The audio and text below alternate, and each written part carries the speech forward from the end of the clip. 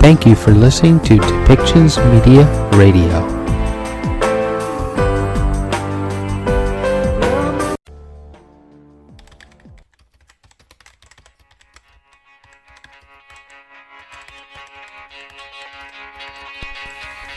Welcome to Policy and Rights, the show about government policy and human rights.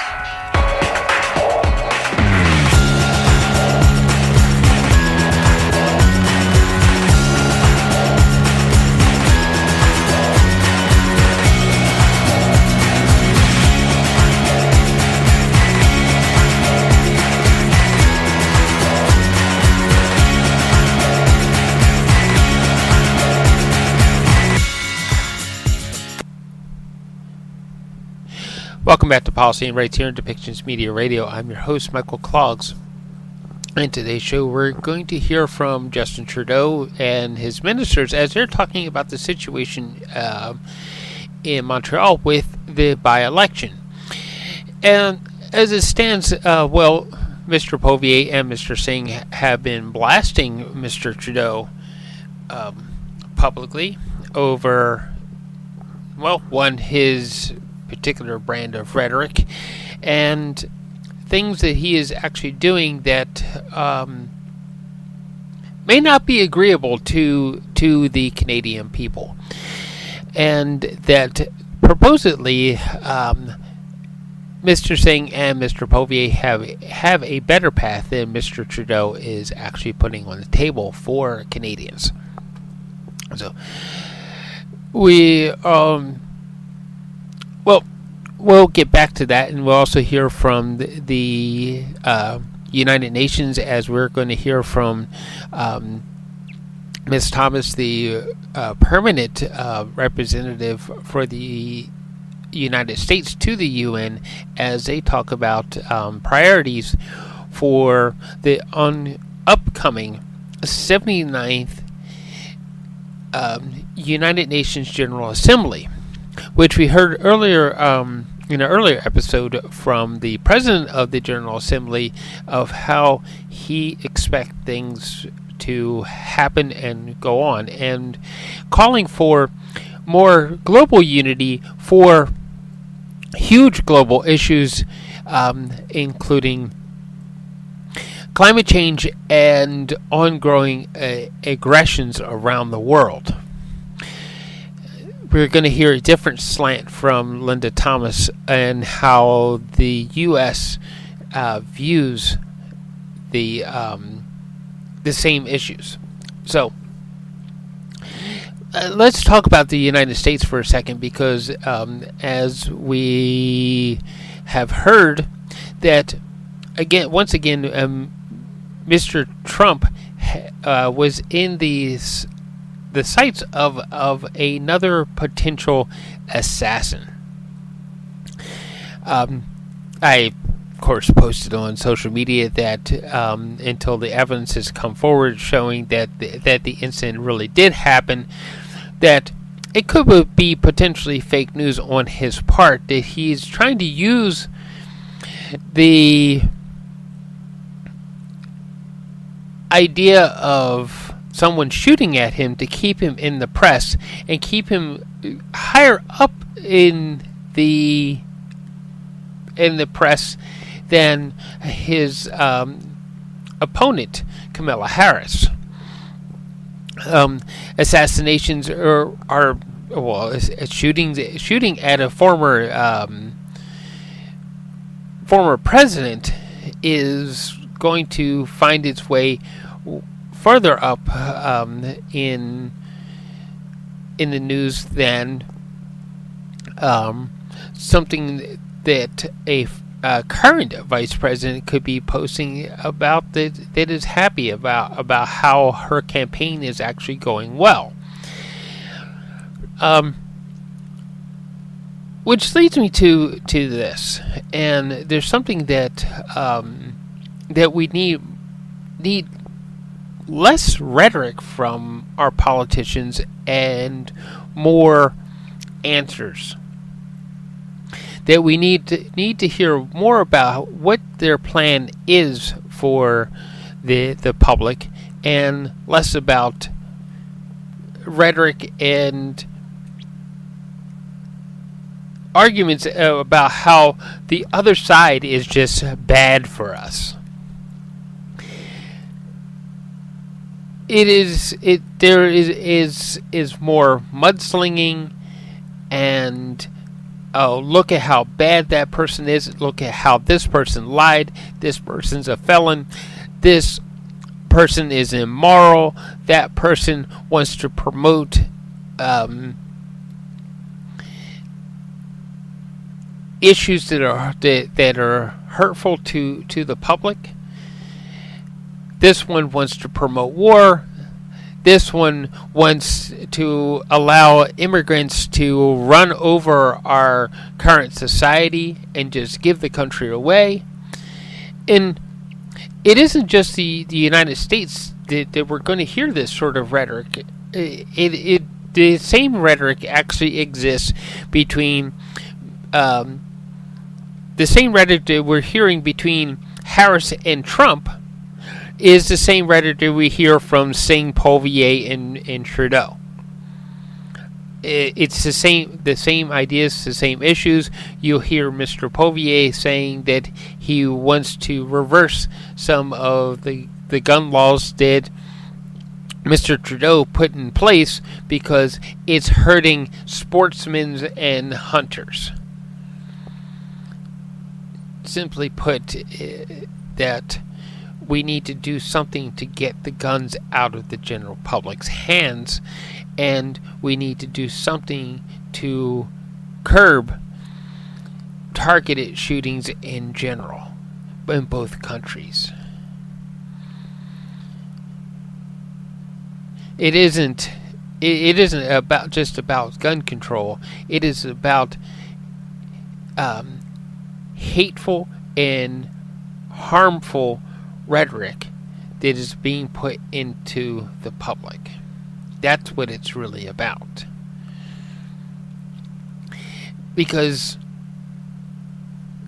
well, there's other ways to kill people besides shooting at them.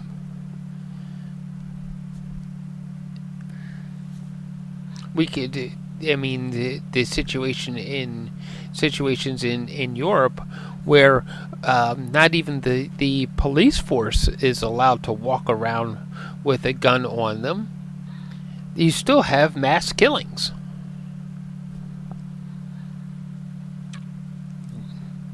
I hate to say this, but a bomb can be built in someone's kitchen sink. It doesn't take a lot. It just takes some basic instructions that we may actually be able to find on the internet. So, less rhetoric, more answers to questions. So that's kind of it in a nutshell. There, that now Mr. Trump is blaming Harris' rhetoric for him being supposedly shot at.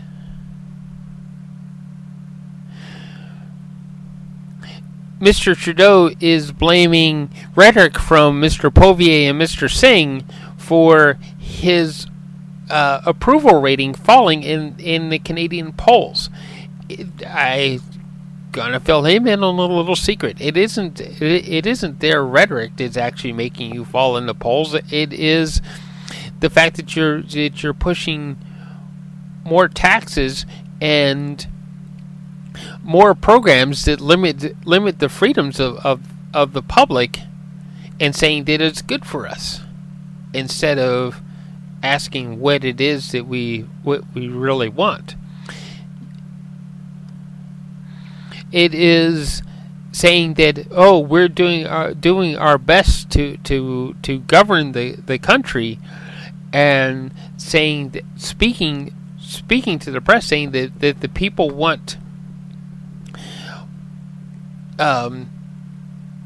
more governing and less about elections, while you're still campaigning and spewing rhetoric instead of answers about what we could actually see. Instead of putting a plan forward, we're putting forward patchwork programs. And to be totally honest with you, folks, that Mr. Singh and Mr. Povier are doing the same exact thing. It's just that they aren't the ones that are sitting on the hot seat. Give them the same opportunity, and it'd be more patchwork programs instead of a plan that if I do this, then we should see things start to look better.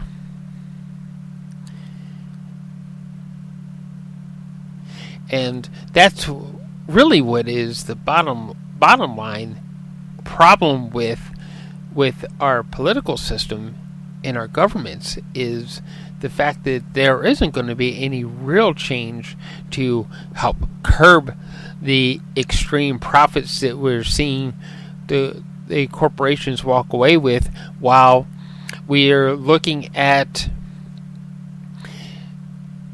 a young person of the age of 13 dies in a homeless camp because of a drug overdose. That was actually posted in the National Post over the weekend. That we're seeing people struggling to get a family doctor, or of course if you're on the U.S. side, people struggling to find health insurance either through their employers or elsewhere, so that they have affordable doctor's visits and hospital stays and things like that. That we're seeing more and more of these things falling out of reach of the people, and that's what is causing people to be upset with the government and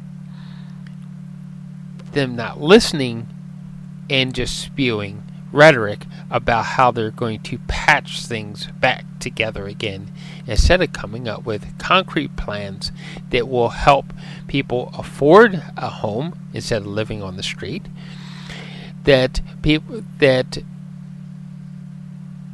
will help people find a job that will pay them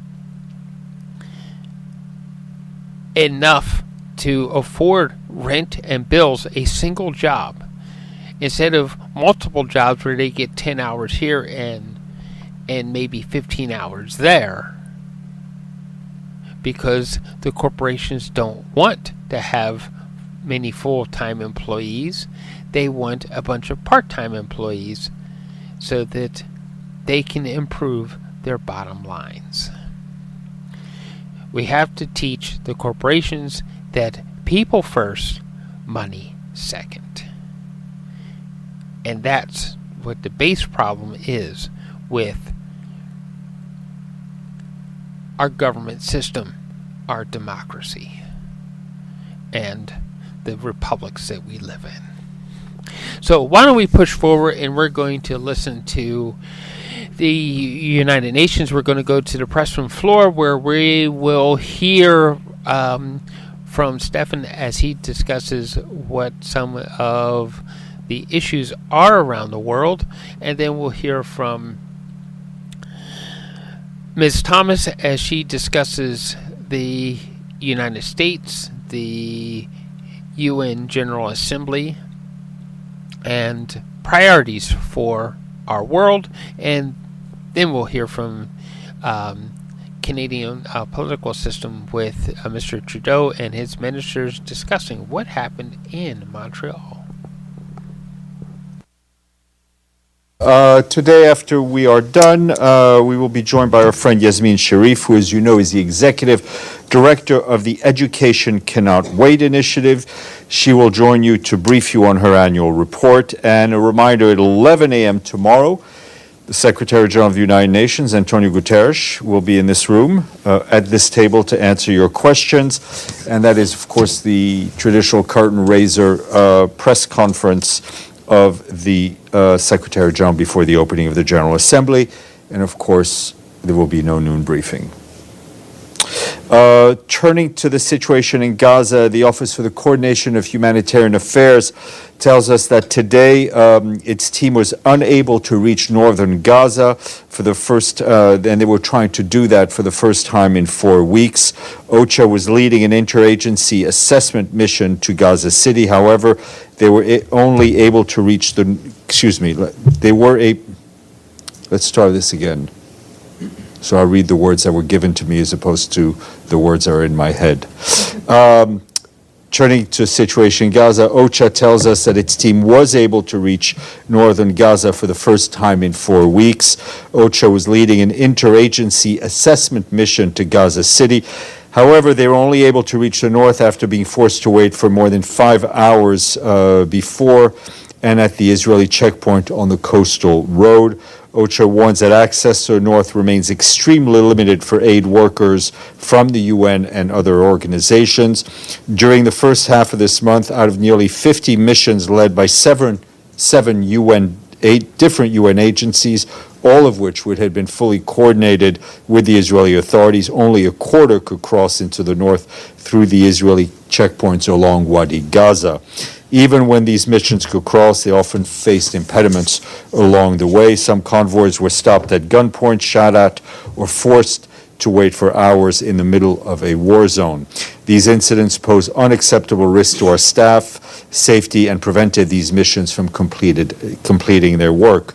OCHA stresses that even when humanitarian missions are not facilitated, it deprives Palestinians in Gaza of the food, the water, the shelter, the health, and other essential services for their survival. People in Gaza need more supplies, including basic items such as soap to enter the strip.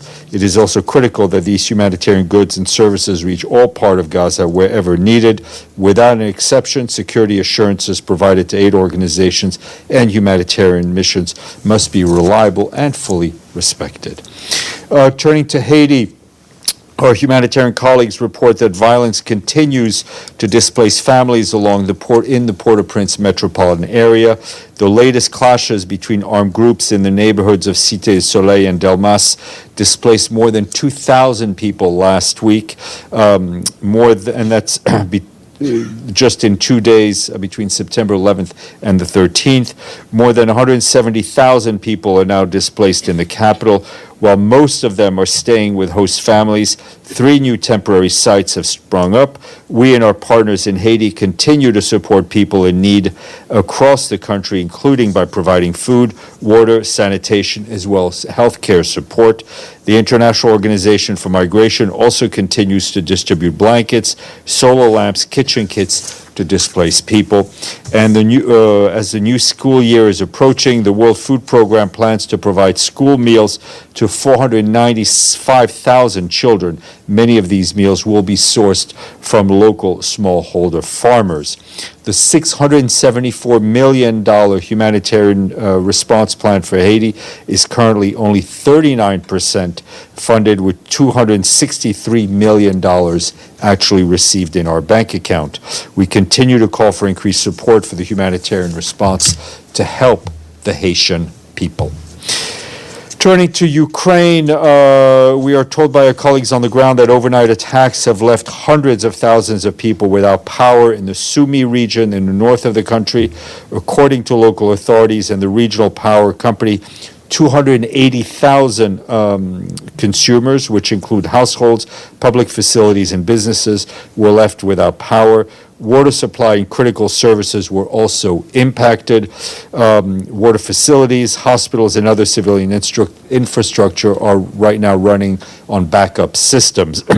Despite the challenging circumstances, humanitarian organizations continue to provide assistance across the country.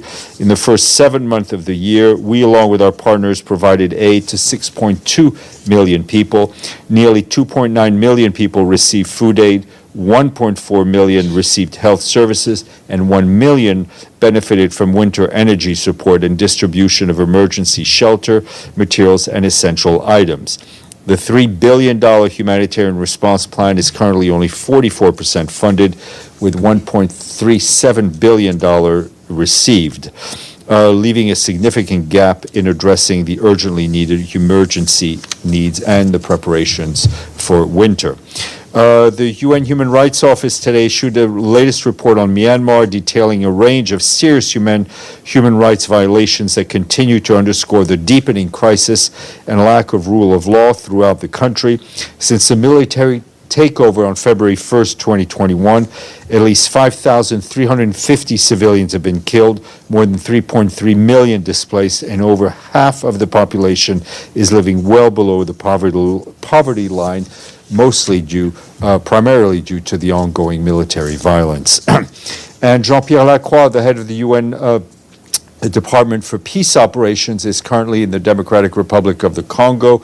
Yesterday, on arrival, he met with the President of the Republic, President Félix Tshisekedi, with whom he discussed the UN peacekeeping mission's support for the ongoing regional peace efforts, as well as next steps for the mission's responsible and gradual disengagement from the DRC. Mr. Lacroix reiterated the UN peacekeeping mission's commitment to support the Angolan-led ceasefire monitoring mechanisms, as well as the Southern Africa Development Community's regional force, otherwise known as SAMI-DRC. You will recall that the force is operating in eastern Congo. The Undersecretary General also met with senior government officials, including the Prime Minister, Judith Sumin-Tuluka, the Foreign Minister, Thérèse Kakiwamba-Wagner, as well as the President of the National Assembly, Vital Kamerhe, among other people. Mr. Lacroix's 5-day visit to the country will also take him to Goma in North Kivu and to Bunia in Ituri, both of those in the eastern part of that country. And in West Africa, the World Food Programme is telling us that it's ramping up its response to flood-impacted areas as the region grapples with record levels of acute hunger. Torrential rains have unleashed catastrophic floods, impacting over 4 million people in 14 countries. WFP is supporting the government by providing critical food and nutrition assistance to nearly 1 million people across the region. In Nigeria's Maiduguri province, WFP set up food kitchens in 4 camps after flooding overran 50% of the town. The food kitchens provide nutritious cooked rice and beans to flood-impacted families who've been forced to flee their homes. In Chad, in Liberia, Mali, and Niger, WFP is providing emergency food and cash assistance to people in hard-hit areas. This crucial assistance enables affected families to meet their basic food and nutrition needs while they try to rebuild their lives. WFP is also calling for investments in early warning systems, anticipatory actions, disaster risk financing, social protection systems to help mitigate floods and climate risks. Wanted to flag that the Secretary General's Scientific Advisory Board met for their first in-person meeting during a retreat right here in New York last week.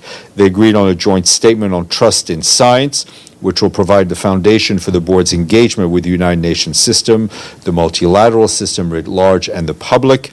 The Secretary General said at a time of global division, science can be a powerful unifying force, and he endorsed the statement, calling it a source of expertise for the United Nations, helping to strengthen the use of scientific evidence in our work and anticipate emerging risks and opportunities. The board also discussed with the Secretary General urgent topics like synthetic biology, neurotechnology, and artificial intelligence. The Deputy Secretary General also met with them to discuss how science can help accelerate the achievements of the Sustainable Development Goals. The press release was shared with you. And today is World Patient Safety Day. The theme for this year focuses on improving diagnosis for patient safety using the slogan, "Get it right, make it safe." Edie, get it right, make it safe. Or maybe that's your...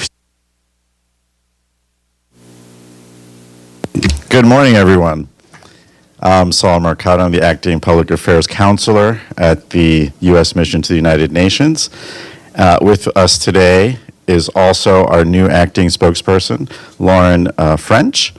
And it is my honor to present Linda Thomas Greenfield, the U.S. representative to the United Nations. Thank you. Thank you so much, Saul. And I do want to take a moment for you guys to recognize Lauren, who just joined me about 48 hours ago as the acting spokesperson for USUN.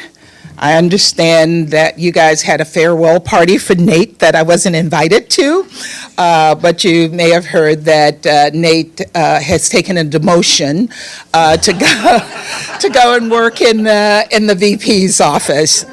All joking aside, I'm really proud that he's gone on to this role temporarily. I still hope to get him back. But in the meantime, I'm really pleased to have Lauren on our team as we go into High Level Week. And I think all of you know Ambassador Wood, our alt rep to the Security Council. So thank you all for being here. It's amazing to me. I remember my first briefing to you 4 years ago. So this is actually my fourth UN General Assembly. And it truly never gets old. You can see the excitement in the air. People have already started to arrive in town. The streets are packed. I just passed through the entrance to the General Assembly, and there must have been 100 people out there. I wondered who the delegation was, and I discovered it was our advance team for the president. But anyway, we plan to welcome some 133 heads of state or government, 3 vice presidents, 80 deputy prime ministers, and 45 ministers. And of course, we have NGOs and civil society, young leaders who are here to so that we hear their vital voices on everything that we do. It feels like we say this every year, but this UNGA could not come at a more critical and more challenging moment. The list of crises and conflicts that demand attention and action only seem to grow and grow. There are intense negotiations going on for the pact for the future that are taking place right now as we speak.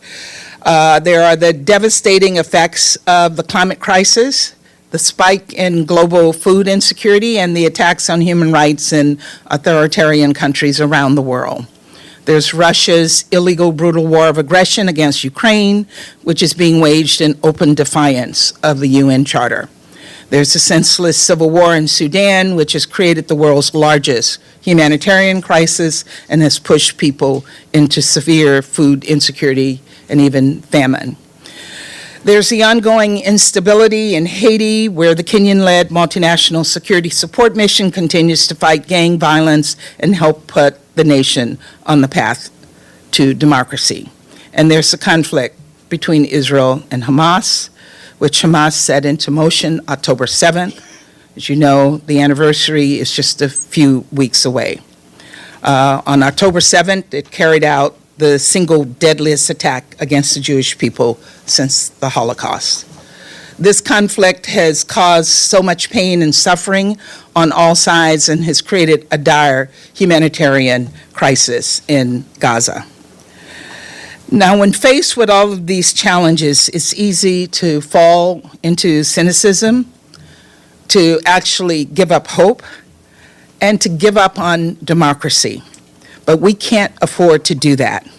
The most vulnerable around the world are counting on us to make progress, to make change, to bring about a sense of hope for them.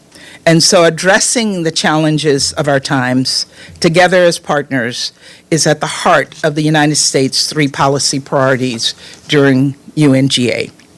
First, we are committed to working with other member states to address threats to international peace and security. I already mentioned a number of these threats, but tragically, the list goes on and on. We also see instability and violence in the DRC, in Burma, and elsewhere. All told, roughly 2 billion people live in conflict-affected areas. And so this UNGA will focus on our collective responsibility to end the scourge of war. As we work to silence the guns, we must also redouble our efforts to address humanitarian crises. So our second priority is to revitalize an overstretched system to support those most in need. We know that the UN-led humanitarian system has been stretched dangerously thin. Aid workers put their own lives at risk to save the lives of others. But what we hear time and time again is that humanitarians don't have the resources, they don't have the protection, they don't have the access that they need to do their jobs. As the single largest country donor to the UN humanitarian system, the United States will continue to lead on all of these fronts. But we need every other member state, every single member state, especially those with the most means, to do more and to give more. At the same time, we need to continue to innovate toward more sustainable and agile humanitarian responses. This means prioritizing cooperation and burden sharing, including with non-traditional donors. And it means partnering with the private sector, humanitarian organizations, international organizations, and international financial institutions in a new and creative way. And that's why our third priority this year is to create a more inclusive and effective international system. The Summit of the Future gives us a chance to drive that change forward. And as I announced last week at the Council for Foreign Relations, the United States is going into this UNGA with new commitments to create a more effective United Nations, and in particular, a more inclusive, representative, legitimate UN Security Council. That includes, in addition to previous commitments, our support for 2 permanent seats for African countries, a rotating seat reserved for small island developing states, and our readiness to put pen to paper through text-based negotiations. Now, our 3 UNGA priorities are ambitious, and some might call them overly ambitious and even impossible. But this moment demands ambition, it demands urgency, it demands an opportunity to look at the impossible and see how we can make those things possible. And so as we get ready to kick off UNGA 79, I call on all leaders to come to New York with renewed optimism and with determination to make a difference. Thank you. And with that, I'll take your questions. Lauren will field questions. Valerie? Thank you so much, and welcome, Lauren. Thank you so much, Ambassador, for this press conference on behalf of the United Nations Correspondent Association. Valeria Robeco from ANSA Newswire. My question is, next week, President Zelensky will present his peace plan to President Biden. Also, Premier Netanyahu will be here. Both situations are maybe even worse with the months passing. But do you see any glimpse of hope to make some progress toward peace, having all the leaders here in New York? And if I may, is there any plan for President Biden to see and talk to Premier Meloni while in New York? Thank you. To whom? To Premier Meloni of Italy. Yes. Thank you so much. Okay. Thank you very much. And thank you for those questions. Look, we have never given up hope to find a path to peace. This is something that President Biden has been working diligently toward over the past year as it relates to the situation in Gaza, but over the past more than 2 years dealing with the situation in Ukraine. We have seen President Zelensky's peace plan. We think it lays out a strategy and a plan that can work, and we need to see how we can promote that as we engage with all of the countries, the heads of state, who will be here in New York. So again, we do have hope to make some progress. That's what we are here to do. So hopefully we can make some progress on that. And I can't give you any details of the president's schedule or who he will be meeting with, but we'll look forward to engaging with a large number of countries here in New York next week.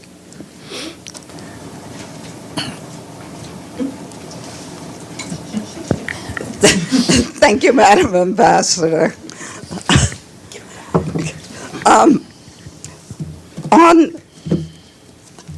On your priorities, which of course are very ambitious, as you said, there's been a lot of private negative comments about the summit of the future and actually achieving anything significant. Commentators have looked at the pact being negotiated and said there's really nothing new or significant. We hear that instead of President Biden going to the summit, it will be Secretary of State Blinken.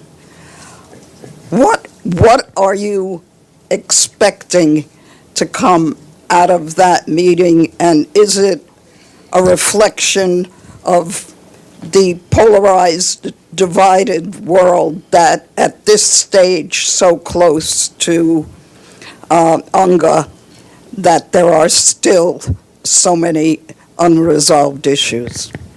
Thank you, Edie. And really, I do think the Summit of the Future will make a difference. We have seen the entire UN member state system engage over the course of the past few months in putting together a pact for the future that all can agree to. And I do know that we're not quite there yet. As I noted, the negotiations are still taking place as we speak. I think we've accomplished a lot and brought a lot of common priorities together on the table. There are still some major differences. And, you know, in order to get such a pact agreed to by consensus, no one will be 100% happy. There will be things in the pact that we all disagree with, and you'll hear about those in the various speeches that people will make during the vote. But I am still hopeful that we will get there. We've not given up on the negotiations. We are engaging very intensely and aggressively in the discussions that are taking place. We were disappointed that some countries broke silence on a number of issues yesterday because we were so close. The G77 had agreed not to break silence. The EU agreed not to break silence. We agreed not to break silence. But unfortunately, there are a few others who are still trying to put things into the pact that they know will be difficult to achieve. Can you tell us what the biggest stumbling blocks are right now? Well, I think issues. I think you're probably aware that the Russians broke silence on probably 15 different issues. They don't like, of course, any reference to sanctions. I understand Saudi Arabia broke silence on issues related to climate, that others broke silence on issues related to IFE reform. We had issues on that language, but we were able to come to a place that we could accept the language, although we didn't think it was perfect. So all of those negotiations are continuing right now.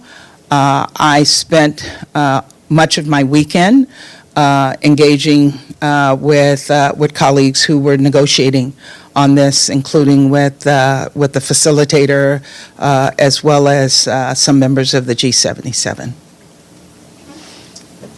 Welcome, Lauren. Ambassador, good to see you. Sherman Bryce, Peace, South African Broadcasting. I want to talk about the U.S. support for the non-permanent seats, two for Africa and many others, for the permanent seats, in the Council. You told the Council on Foreign Relations last week that none of the permanent members want to give up their veto power, including us. We think if we expand that veto power across the board, it will make the Council more dysfunctional. So make the case then for the retention of the veto. Why retain something you yourself have described as creating dysfunction? What purpose does the veto hold beyond giving countries a mechanism that often blocks broad consensus in the Council, most notably on the Middle East file, the DPRK, and Ukraine, some of the most intractable issues that have been before this Council? What purpose does this veto serve? You know, the veto power is it was created when the Council was created. And yes, we've had some serious issues with the use of the veto, because we use the veto on issues, all of us, that are of import to us. And so while I understand why other countries think the veto is dysfunctional, so I acknowledge their understanding that the veto is dysfunctional, and I acknowledge that we're not prepared to give up the veto, but countries can't make that happen until they're sitting in a permanent seat. So my argument to countries is, don't demand what you think is dysfunctional, demand to work within the system to figure out how to change that. And I don't know how to make that change happen, but I do think increasing the number of permanent seats on the Council will make the Council more inclusive. It will bring added voices to how the Council functions, and it will bring additional regional interest to the table. So yes, we have made a decision, like others, that we're not ready to give up on our veto power, but we're willing to listen to what others have to say on that, and we'll see where it carries us. Would you agree, though, that the veto, what's your view of the veto when it comes to the Ukraine file? It's been a problem. You have a country, a permanent member of the Security Council, who has broken every single tenet of the charter by invading a neighbor, actually compromising the sovereignty of that country and the borders of that country. And that country sits on the Security Council with a veto. So it is problematic. Sam? Thank you. My name is Ibtisam Azim, Al Arab Al Jadid newspaper. Good to see you. I have a quick follow-up on Sherwin's question and then my own. So if you see that the Russian veto in the Security Council is a problem when it comes to Ukraine, don't you see that your veto regarding Gaza is a problem? And my question is on something you said at the beginning of your remarks regarding a collective responsibility to silence the weapons. In the context of Palestine and Israel, isn't it about time that the U.S. stop its weapon delivery to Israel so that the war would stop and the killing of civilians would stop? Thank you. Good. Thank you for that question. And as it relates to the veto, as I said, we use our veto to promote the interests of the U.S. government. And that's how we've used that veto consistently over many, many years in the Council. And yes, people think it leads to dysfunction, but for us, it is power that we have, and we do use that power. I'm not going to make any excuses for it. It is something that is within the toolbox of things that we can bring to the table in the Security Council. And let me be clear on the issues related to the Middle East. We want to see peace, and that's what President Biden has worked for. But at the same time, we have been clear that we support Israel's right to self-defense. And in support of that right to self-defense, as an ally, we have provided support to them to defend themselves. That does not mean we in any way want to see this war continue. We want to see this war end, and I know that President Biden has put every ounce of effort that he has in its power to try to find a solution to get us to a ceasefire and move us to where we all know we need to move, and that is to a two-state solution.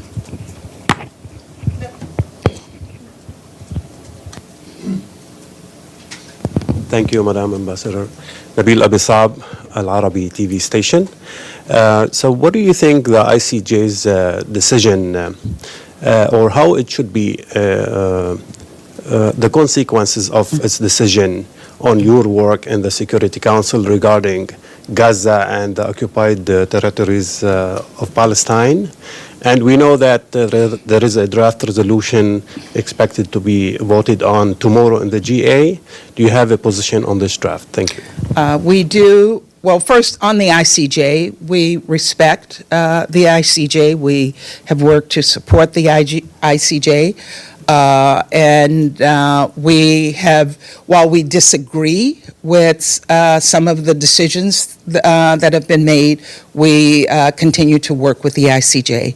As it relates to the resolution that's being proposed by the Palestinians, I think it has a significant number of flaws, particularly as it interprets what the ICJ has said. It goes much farther than the actual decision of the ICJ. It is also our view that the resolution, among many defects that it has, it doesn't recognize that Hamas is a terrorist organization, that Hamas actually controls Gaza. It is not the Palestinian Authority, and that is exerting a significant amount of power and influence in Gaza, and it doesn't recognize that Israel has a right to defend itself against what Hamas is doing. So in our view, the resolution does not bring about tangible benefits across the board for the Palestinian people. I think it could complicate the situation on the ground, complicate what we're trying to do to end the conflict, and I think it impedes reinvigorating steps toward a two-state solution. Maggie? And this is going to be the last question. Thank you. Pressure. Good morning, Ambassador. It's Margaret Bashir, Voice of America. On Sudan, I know you've been a big champion of this issue. Could you just tell us a little bit about the side event that's going to happen next week on Sudan, what the U.S.'s goals are for it? And on another subject, can you reassure the 133 heads of state and government that are coming to New York next week that the State Department and the host country are ready to protect them in light of the 2 attempted assassination attempts we've seen on the former President Trump in the last 2 months?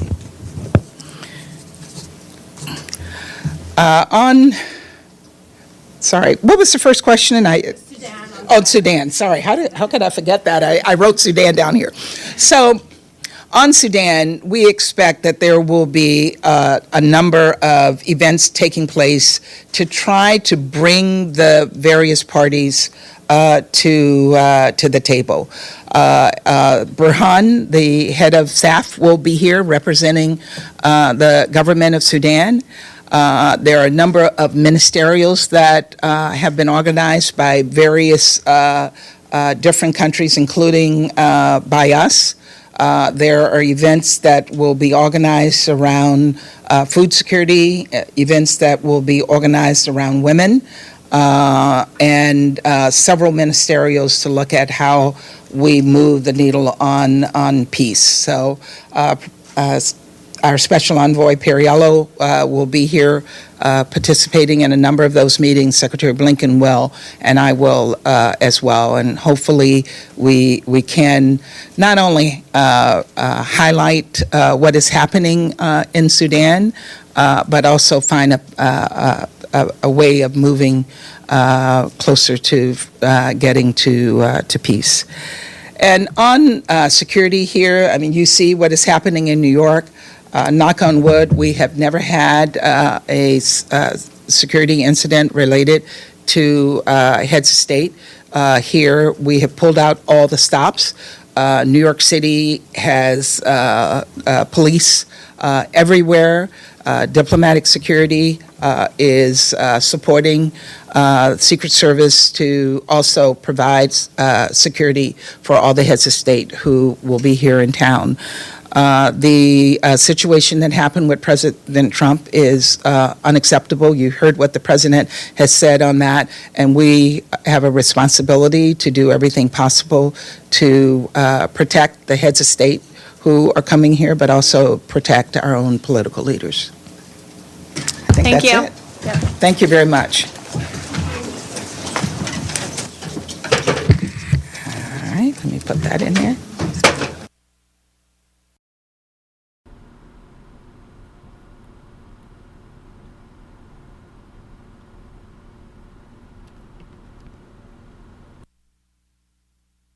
Évidemment, c'est jamais le fun de passer si proche et de ne pas gagner une partielle, mais on sait qu'on a énormément de travail à faire pour regagner la confiance des gens dans la salle et des gens à travers le pays qui sont préoccupés par la situation dans laquelle ils se trouvent. Alors, on a beaucoup de travail à faire et on va continuer de le faire. Qu'est-ce que ça signifie pour le Québec? Qu'est-ce que ça signifie pour votre position au Québec en tant que libéraux?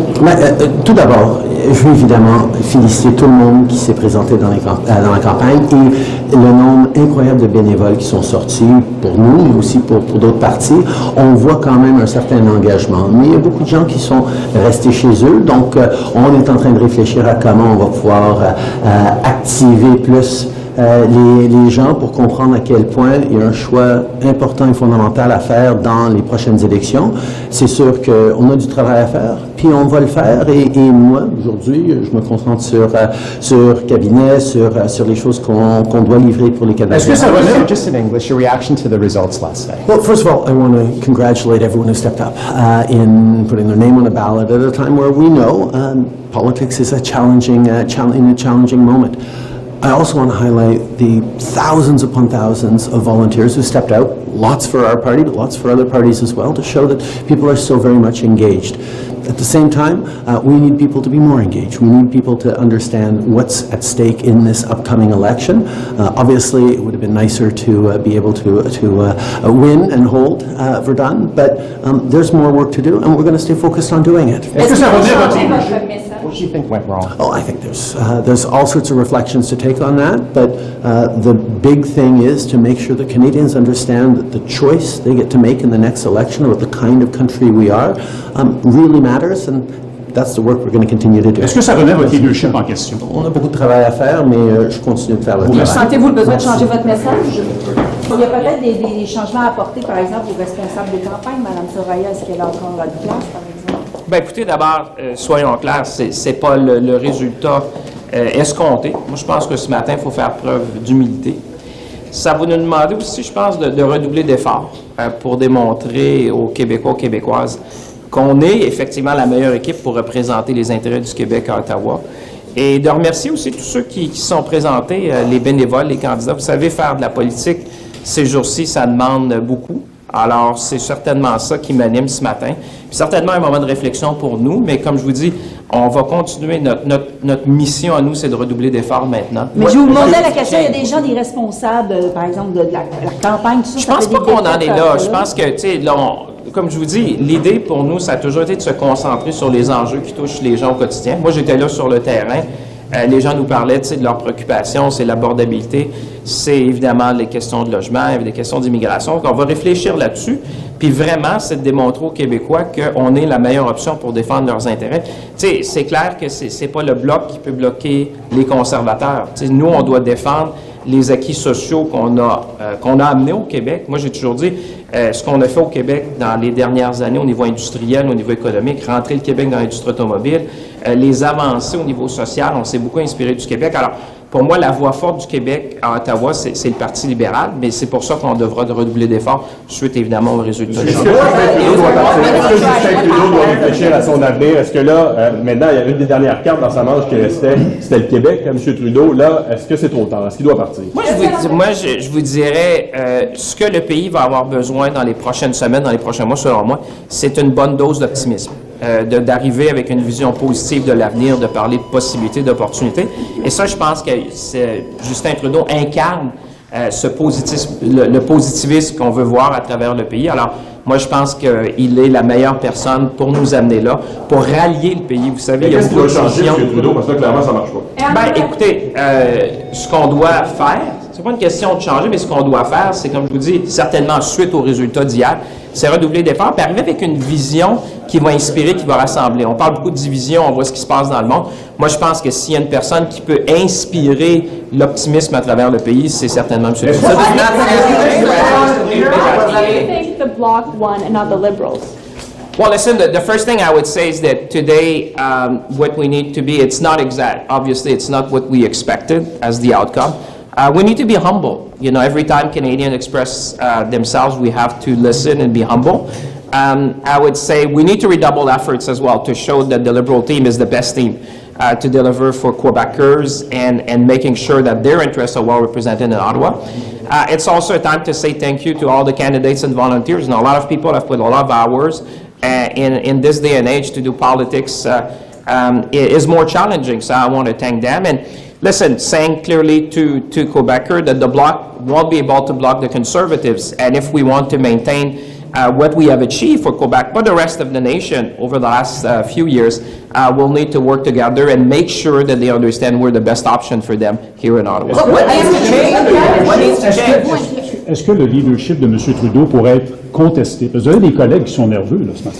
Écoutez, ce que je vous disais, c'est ça. Moi, suite au résultat d'hier, ce qu'on a besoin, c'est de redoubler d'efforts pour s'assurer que les gens comprennent bien qu'on est la meilleure équipe. Puis en même temps, quand on parle d'équipe, moi, je vous le dis personnellement, tu sais, quand j'étais avec les gens à Verdun, à la salle, sur le terrain, les gens ont besoin d'entendre une vision positive. On parle d'opportunités, de possibilités.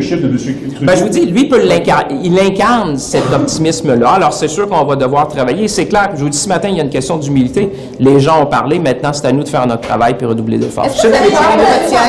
On dit souvent que les partiels, c'est une façon pour les électeurs d'exprimer leur insatisfaction. Donc, quelle insatisfaction vous entendez ce matin? Est-ce que c'est par rapport à M. Trudeau? Ben, il y a beaucoup de choses. Hein? Les gens sont préoccupés, il y a beaucoup d'anxiété. Le coût de la vie encore touche beaucoup de familles, c'est la rentrée scolaire. Il y a beaucoup de choses dans ce vote-là parce qu'on sait que c'est une des premières fois où les gens ont la chance de s'exprimer à travers une élection. C'est pour ça, comme je vous disais, que nous, on va devoir redoubler d'efforts pour leur montrer que finalement, l'équipe qui peut maintenir les acquis sociaux, il y a eu beaucoup d'acquis sociaux qu'on a réalisés pour les gens à travers le pays au cours des dernières années, puis leur montrer qu'on a la meilleure équipe pour maintenir ça. T'sais, c'est clair que c'est pas le Bloc qui va bloquer les conservateurs puis préserver les acquis sociaux. On a vu que l'NPD n'est pas vraiment fiable. Alors, nous, on va être capable de démontrer qu'on a la meilleure option pour défendre les intérêts des Québécois, mais de l'ensemble des Canadiens. Êtes-vous inquiet pour le reste de vos sièges au Québec? Non, c'est pas une question d'inquiétude. Je pense que c'est plutôt une question de dire on doit redoubler d'efforts justement pour gagner. La confiance peut arriver avec un plan qui va correspondre aux aspirations des Québécois et Québécoises au niveau de la langue, au niveau de l'immigration, au niveau des avancées sociales qu'on a faites, puis même économiques, parce que quand même, le Québec s'est positionné de façon économique dans les dernières années. Écoutez, on parle du corridor Albany-Bromont dans les semi-conducteurs, on parle de ce qu'on a fait dans les minéraux critiques, entrer le Québec dans l'industrie automobile, les batteries, on a fait beaucoup. Alors, il y a encore énormément à faire. C'est pour ça que moi, je suis optimiste, mais c'est clair qu'il y a un message. C'est pour ça que je dis on doit prendre un moment d'humilité, redoubler d'efforts pour s'assurer qu'on présente... Why do you think redoubling your efforts, which led to you guys being down in the polls, losing Toronto St. Paul's, now losing last night, why redoubling your losing efforts? Why is that the move? Well, why listen, not change? I don't know what would be the alternative. You know, when you see something like that, what you need to do is to make sure that you listen to the people first. You take stock of what Canadians have said, people in La Salle-et-Mar and out west. But at the same time, is making sure that we present a plan, a vision that would meet the aspiration of people. I think people want to see people who are going to fight for them. People are going to maintain also what we have achieved socially. There's been a lot of advancement, what we have achieved economically, and that's why I say this is not a moment to let down. It's rather a moment to double down and making sure that, you know, we bring the energy, we talk about possibility, opportunities, we talk about the future of this country. I mean, you know, we are here to work for Canadian, and that's what they expect from us, you know, taking stock of what happened, but also looking forward. So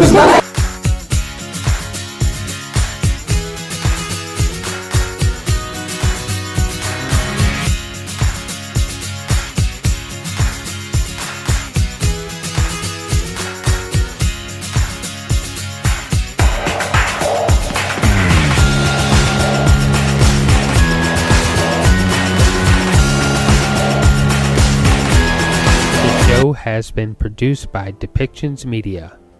Please contact us at depictions.media for more information.